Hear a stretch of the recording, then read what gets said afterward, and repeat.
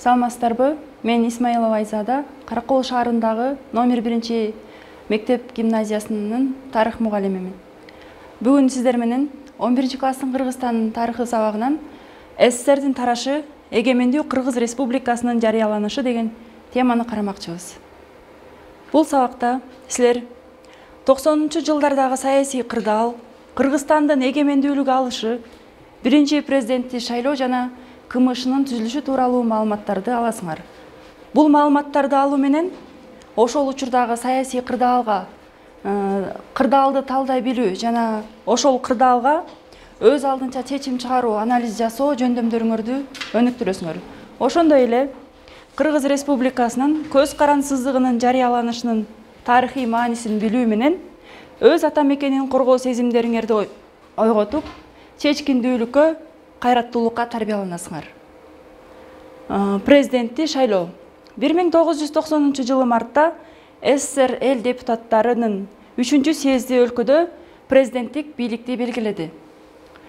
90 ошол СССРдин башында турган эл депутаттары жаңы мурунку биринчи секретарь деп аталса, эми анын ордуна президенттик деген бийлик башчыны киргизет дагы. Буга СССРдин башына Михаил Сергеевич Горбачевту биринчи жана акыркы президенти болуп шайланат. Бул президенттин кызматы киргенден кийин ал президент ошол өлкөдөгү эл чарбасын, бюджетти, экономикалык сфераны жана ошол аткаруу бийлигинин кызматтарын жана башка бардык тармактарды көзөмөлдөмөк бул президент. Ал эми СССРдин башында президенттик шайлангандан кийин анын кол астындагы ошол 15 мамлекеттин лидерлерин шайлоо же болбосо ошол президенттерин шайлоо жүрөт дагы. 1990 жылы 27 октябрда Кыргыз СССРнин жогорку советинин сессиясында альтернативдүү негизде Кыргыз Республикасынын президенти болуп Аскар Акаев шайланат. Бул жерден Аскар Акаевдин сүрөтүн көрүп турасыздар. Аскар Акаев Чүй областына караштуу Кемин районунда 1944 жылы төрөлгөн. Президенттик бийлик киргизилгенден кийин ошол мамлекеттин эгемендүүлүгү жөнүндө декларация кабыл алынат. Муну 1990 жылы 5 декабрда Кыргыз СССРнин жогорку совети кабыл алат. Жогорку совет бул азыркы биздин учурдагы жогорку кеңештин ордунда мурдагы аталышы жогорку совет деп аталчу. Бул эгемендүүлүк деген 90 жылы эле кабыл алынат деп түшүнүп калбагыла. Анткени бул учурда СССР тарай элек СССРдин алдындагы өз алдынча мамлекетти кабыл алуу болгон. Бул декларацияда Кыргыз Республикасынын мамлекеттик эгемендүүлүгү жөнүндөгү декларация болгондуктан мунун бир канча пунктулары болгон. Бунун биринчи пунктусу ар түрдүү улуттар өлкөнүн жараны болуп эсептелет деп аталган. Бул пунктунун киришинин эң негизги максаты ошол 90 жылы июнь айындагы Оштогу кандуу кагылышуунун натыйжасында ошол өлкөдө жашаган ар бир улут, мисалы үчүн Кыргызстан көп улуттуу өлкө болгондагы, ошол өлкөнүн аймагында жашаган көп улуттар, ошол ар бир улут ошол өлкөнүн жараны болот дегенди түшүндүрөт.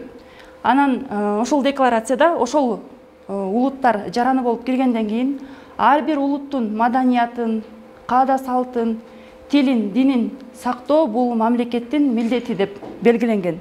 Андан тышкары бул декларацияда менчиктин көп түрдүүлүгү, тең укуктуулук жана мамлекеттик бийликтин системасын кайра түзүү жоболору каралган. Мамлекеттин бийликтин системасын түзүүдө буга азыркы учурдагы адам жана коом сабагынан билесиңер, мамлекеттин 3 бутагы бар: мыйзам чыгаруу, аткаруу жана сот бийлиги. Ушул бийликти кабыл алуу мыйзамдары кабыл алынган. 1991 жылы 22 январда Кыргыз Республикасынын жогорку совети 3-сессиясы болуп өтөт. Бул сессияда 22 январда болуп өткөн бул сессияда министрлер советинин кабинетин кайра кабыл алуу тууралуу мыйзам кабыл алат дагы. Мурдагы 8 орундун ордуна 5 орунду кылып кыскартылат дагы жана президенттик пост киргизилбеди эле. Аны менен катар ошол президенттин премьер-министрди кабыл алуу премьер-министрди кызматты киргизишет жана ошол вице-президенттикке же болбосо премьер-министрликке Насирдин Исанов шайланат. Насирдин Исанов Ош облусунун Нокот районуна караштуу Көкбел айылында 1943 жылы туулган. Ал инженерия академиясынын академиги болгон. Бул жерден Насирдин Исановдун сүрөтүн көрүп турасыздар. Бул Насирдин Исанов тарыхтагы эң биринчи кыргыздын премьер-министри экен. Ушул жылдары СССР тарай элек, бирок Кыргызстан сыяктуу эле бир катар өлкөлөр эгемендүүлүк жөнүндө декларация кабыл алып, ошол мамлекеттин өз алдынчалыгын алгандан кийин бир катар өз алдынча иш-чараларды өткөрө башташат. Алардын негизгиси ошол премьер-министрди шайлоо болсо, андан кийин 91-жылы 5 февралда республиканын Борбор шаарынын өзгөрүшү болгон. Мурда азыркы Бишкек шаары полководец Фрунзенин атында болсо, эми ушул 91-жылдын 5 февралында кайрадан баштапкы аталышы Бишкек Баатырдын ысымына которулат. Муну менен катар эле бир канча дагы жаңы иш-чаралар жүрүп өтөт. Мында 19 апрелде жаңы жер реформасын кабыл алынат. Андан тышкары 8 майда Кыргыз Республикасынын конституциясын кабыл алуу үчүн атайын комиссия түзүлүп, жаңы ошол конституцияны кабыл алуу үчүн долбоор иштей баштайт. 1991 жылы 17 мартта СССРди сактоо маселеси жалпы элдик добушка коюлду. Бул жерде 1991 жылы 90 жылдын аягында, 91 жылдын башында ошол СССРдеги кырдаал аябай эле татаал болуп турган, анткени президенттик бийликтин киргизилиши жана эгемендүүлүк жөнүндө декларация кабыл алынышы менен ар бир мамлекет, ар бир улут өзүнүн эгемендүүлүгүн кабыл алууну талап кыла башташат. Ушул учурда СССР бир олку-солку абалда калат дагы, ошол СССРди сактоо тууралуу атайын элдик добушка референдумга коюлат. Бул добуш 16 добушка берилүү үчүн 16 январда кабыл алынса, бул референдум 91 жылдын 17 мартында болуп өтөт. СССРден бул добушка, бул шайлоого, референдумга 147 миллион калктын 112 миллиону катышат дагы, анын 76% ушул СССРди сактоо үчүн добуш беришет. Ал эми калгандары каршы добуш беришет. Бул жерден СССРди сактоо үчүн добуш берген мамлекеттер булар Россия, Украина, Белоруссия, Өзбекстан, Казакстан, Кыргызстан, Тажикстан, Азербайжан жана Түркмөнстан болгон. Ал эми каршы өлкөлөргө булар көбүнчө Прибалтика өлкөлөрү кирген.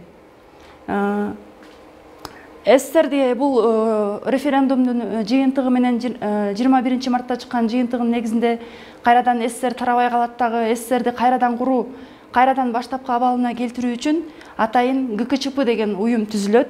Бул уюмдун максаты ошол СССРди сактап кайрадан баштапкы абалына келтирүү болгон.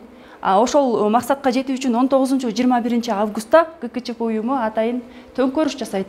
Бирок бул төңкөрүш оңунан чыкпай калат дагы, ГКЧПнын иш-чарасы токтотулуп, бул жасаган иш-чаралары ошол олку-солку болуп турган бийликти ого бетер кулатып, бийликке ишенбөө, же болбосо бийликтин баркын биротоло кетирет экен.